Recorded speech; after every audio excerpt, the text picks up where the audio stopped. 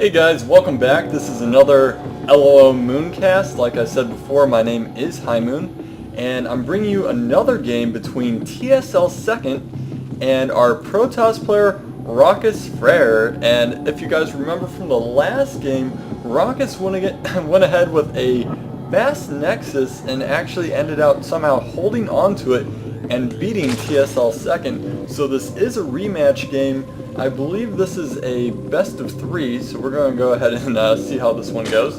And actually this one had a lot of good comments, even more than the last one, so I'm really excited. I'd like to see what TSL does. I've seen him play a bunch of his games. He likes to open with the spawning pool first with a no gas to a quick expo. And like I said, I just saw that last game of Rockis, and he went ahead and did the fast Nexus, which I was surprised to help. Now of course on this map, he's got this wide opening here, so he's not going to be able to do that. However, there's these backdoor expansions in both of the bases. There's no other entrance besides, of course, air. And this is interesting to see the backdoor expansions. We haven't seen some of those in a while. When Blizzard came out, I guess with their second or third season's worth of maps, they did add in some of those backdoors, but we haven't seen any since then. This is a GSL map.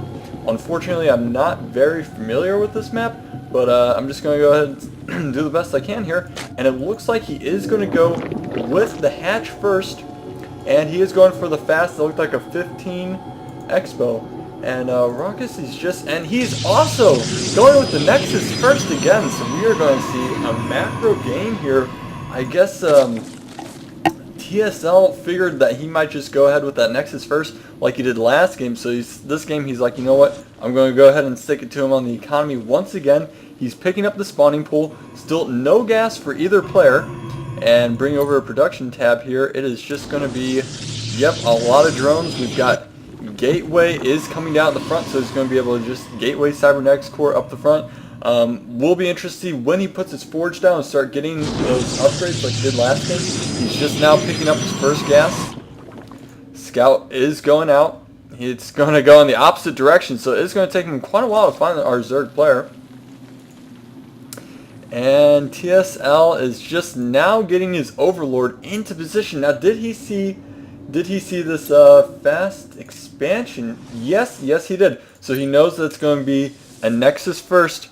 And like we saw last game, he went ahead and he took a fast third. However, he was not able to hold the third due to great positioning by Rockis and very just tough ramp for him to deal with. Now he could go ahead and take this third, and this is much open. It's going to be much safer for him to take as compared to when he was on Shakira's plateau. So we might see, are we going to see it? Yes, maybe. As soon as he gets a mineral, I'm expecting that we're going to see the third hatch go down, and there it is. So we're going to see that macro game again, and we'll see what type of units. Last game, Rockis decided to go with a 7 gateway warp prison play, and we'll be interested to see if he does that again or if he's going to try to switch up his strategy. So far the game is looking very familiar to the last one, except TSL did go with that faster hatch instead of getting his spawning pool down, so that should be more favorable to him. Rockis is just now, he's going to see this expansion. Now the question is, what is he going to be able to see? Is he going to be able to see the third? He's trying to run for it, but he's not going to be able to see it. So he's not going to be sure if that third is down or not. So he's definitely going to get some more scouting. I wouldn't be surprised if we see perhaps a RoboBay going down soon. We're going to want to see some kind of observers so that you really know what's happening on the field. Army-wise, both teams do not have much. We just have a couple lings coming out, 1 sentry for defense, and it looks like TSL is holding on to Zelnaga, and we are seeing the same Stalker Zealot push as we see a lot of Protoss players like to do. It just puts on that little extra pressure, and the Queen is going to come down here to defend with the 4 Zerglings, which should be enough. Now hopefully he won't have to overcompensate here and make a bunch of lings, because of course that would slow down his economy. Now his creep has not spread out, so it's going to be very frustrating for TSL to play it, and this one ling kind of getting away from him. At the same time, he doesn't want the overlords to get too close, so he's just going to have to micro back and forth here. You can see he's making 10 Zerglings right now, and I think this may be too many, and it looks like that Zealot is going to go down, but the Stalker is still going to be too fast. Now one more hit and he's down. and the Stalker should be able to shoot and scoot his way or just run all of his way back to his bait. And what is this? We have a double Stargate coming down? Double Stargate, so this is going to be, it looks like almost, it feels a little cheesy to me. Just going, and I would expect to see a lot of Void Rays. No, he's going with the Phoenixes, so he's going to go for a mass Phoenix harass to try to shut down our Zerg player as fast as possible. And there is an Evo chamber coming out. At the same time, have we seen, there's plenty of pressure on the front, but do we see a Forge? Yes, a Forge is coming up, so he's going to try to go with this mass Phoenix type style. He's trying to just forge up the front so that can't be hit down anything by a Roach Bust. At the same time, our Zerg player is continuing to drone, and he's getting +1 range, so I'd expect to see, last time we put down a Roach Den, and then, we put down a Roach Lair, and then decided to go with a Hydra Den, and I'm interested to see if he does that again. He is going to see this first Phoenix come out, and there are 2 more on the way. I was wondering if this first Phoenix was simply for scouting, so now he knows for sure there is a third.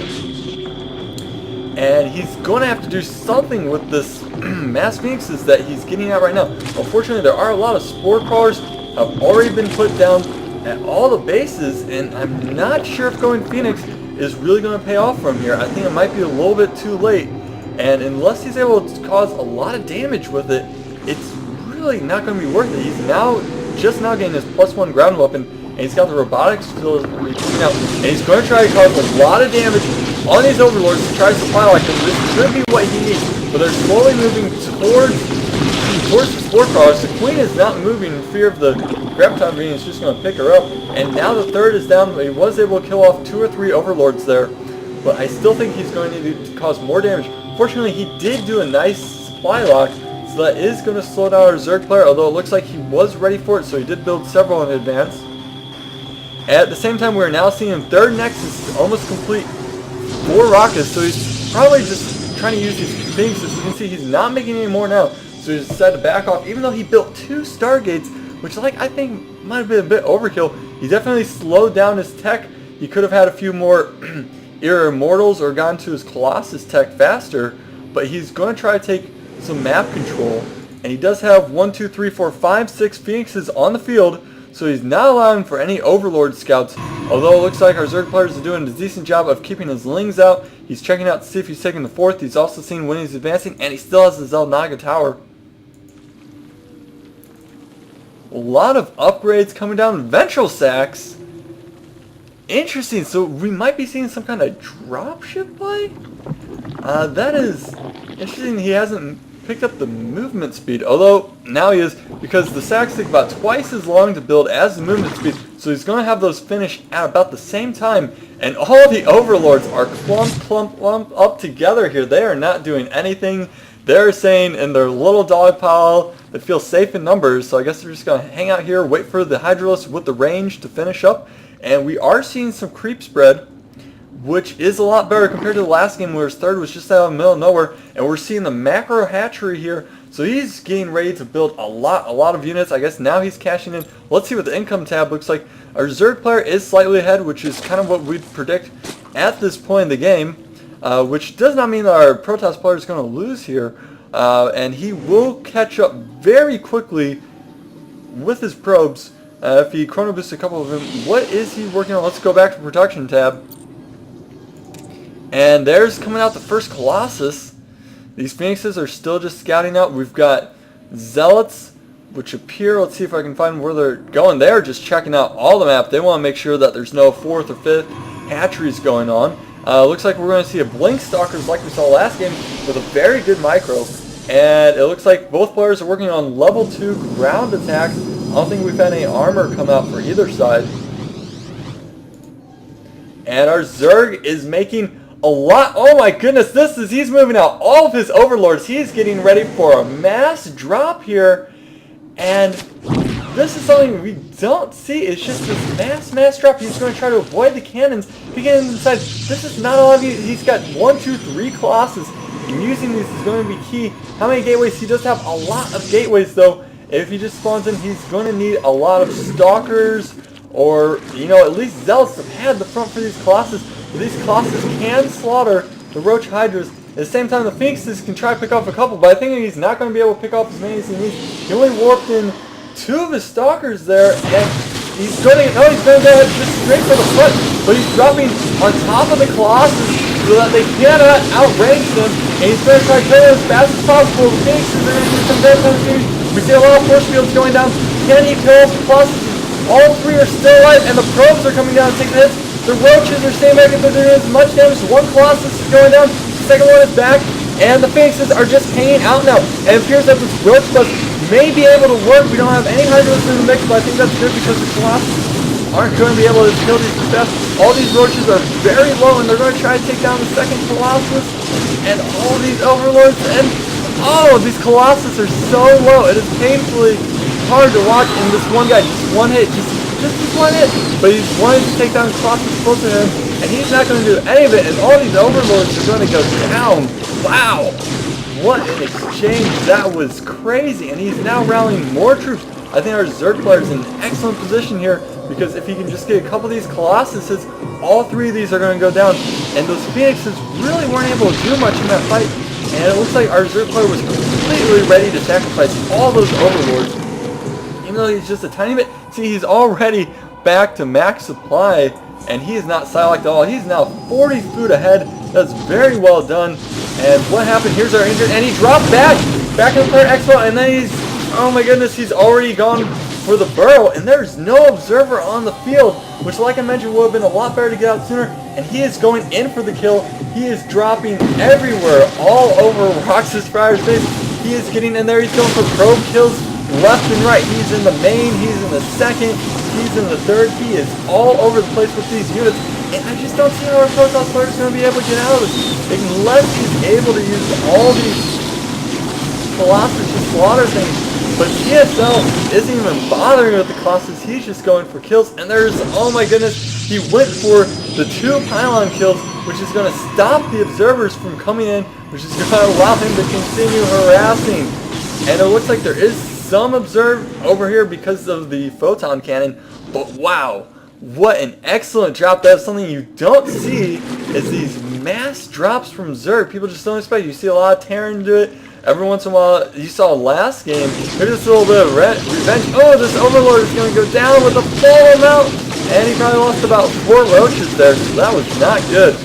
Hydras are going to come in and try to support, but they were out of position. If they were just sitting off the sledge, they might have been able to protect them, but they weren't able to. This might be revenge from last game where Rockets is just like, hey, I'm going to just, go in, drop ship, and then warp prism all over you.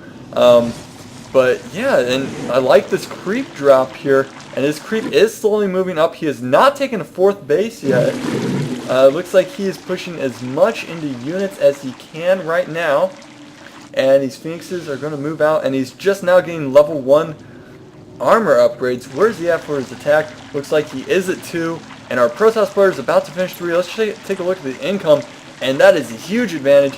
He's up 25, almost 30. And he is continuing to drop. He's trying to force this drop down as much as he can. And do we see, let me take a look over the production tab, what type of tech do we see coming out? And here we go. This time he's dropping right on him. He's continuing, he's doing the movement. He's moving in and dropping so he can avoid some of the force fields. But it is taking a lot of damage right now. And there goes the weakened Colossus. Like I mentioned before, they're very low, and these roaches are just all over. There's nothing to pad the front. These cannons are doing some good work, although it might not be enough. It looks like our Protoss player is going to stop this drop. There's just not enough to do the damage he's doing with all these Overlords. I really think that went poorly for TSLsecond. I think he lost a lot more than he gained off of that, particularly when you consider how much mineral he pumped into those Overlords. I mean, by now, he could have easily taken a 4th base, and what looks like he's getting mined out. He's mined out of his first. His backdoor expansion's like about halfway, and his natural expansion is very low. So I think he might have gone a bit overboard with his Overlords. You can see he has to make 9 now, which is a lot of mineral. He could have had 2 or 3 more expansions. So I think that first time when he came in was excellent, but I think he just went a bit too far there. He does have this changeling in to scout, but our Protoss player is also running slightly low, although his natural does have quite a bit at it. How many harvesters? You can see even though he's up almost 30 harvesters. Income is almost the same because he is not taking the space. He is not even able to destroy this rock yet. I'm not quite sure what he's thinking. If he's possibly bringing these roaches back to destroy this would be well, this would be very risky. He can't even take it because the rock's in the way. And now he's going to find these zealots, which will be good because he's going to be able to move around the map without having to worry about having his hatches destroyed. But these phoenixes are going to start picking off the supply chain, and this is not good. But a nice burrow by TSLsecond, and it looks like we are working on. Okay, and anyways, so we're coming back here, and it looks like we're working on shields right now. Already has 2 on the armor, and go ahead and pull up the production tab, and we're just seeing roaches right now, and it looks like a switch over into Mutalisk, so we are going to see that mass Mutalisk play like we've seen so many times in ZVP, which has become just extremely powerful. And no, we've got corruptors on the field. My apologies, I'm thinking the newest version, which is the mass mutas, but it looks like we're going with a bit of an old school, which is the corruptors. And do we have a hive? No, we do not have a hive on the field, unless I'm missing it. Nope, we do not have a hive, so we're not going to see any broodlords out here. But yeah, this is kind of an older style, which is just like mass roach, sometimes hydras, into these corruptors.